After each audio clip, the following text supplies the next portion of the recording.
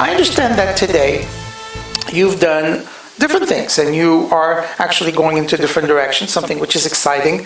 What have you been up to in this last year? Tell me about that. Oh, yeah. It's kind of been an interesting year, right? Like, we ended up kind of parting ways as partners and shutting the clinics down and selling some of them in 2018. And so end of 2018 to, I would say now, has been all about me really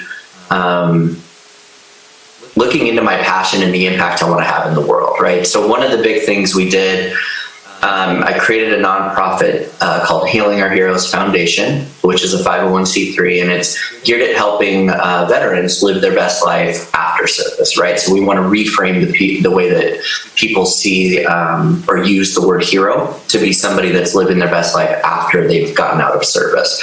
As you know, there's a huge issue with the military suicide rate, and we're looking to put a big dent in that problem. So that's one of the places I've been putting so much energy and looking at different forms of healing, whether it be regenerative medicine and stem cells for traumatic brain injury, or whether it be different plant-based medicine stuff for emotional healing. We're doing all of it.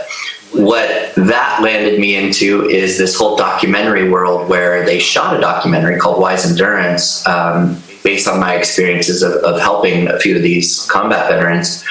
But that kind of piqued my interest of, I want to do this. I think you can show a lot of good that's happening and shine a light on a lot of the work that people are doing by highlighting it through documentary. And so I've been doing a ton of different projects in that space and having a blast doing it.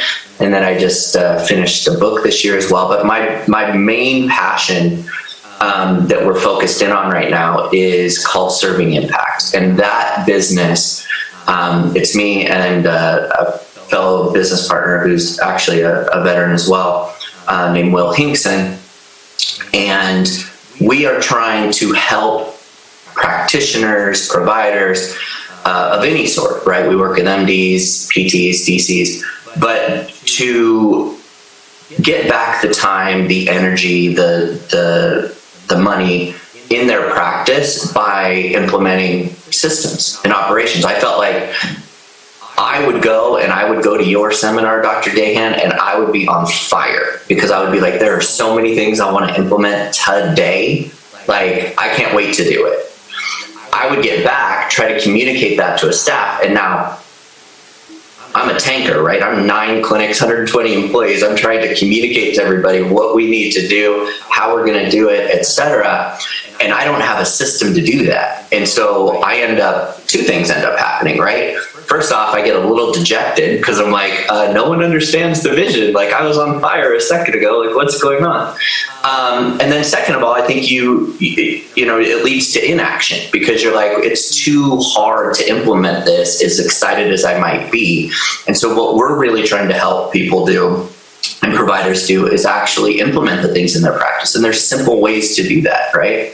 And so I'm very passionate about that project. We call it the Modern Chiropractor. We want people to actually step up into their power and to lead the healthcare revolution. I think everybody's looking for somebody to lead, especially pain.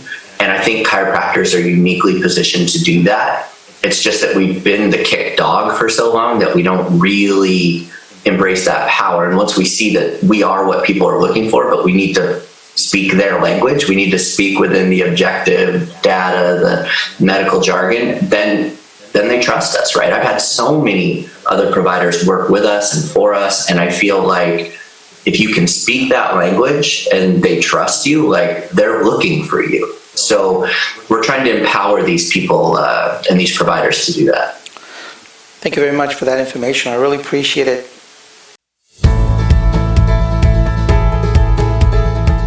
Please subscribe to my YouTube channel and click the notification bell to get my latest update.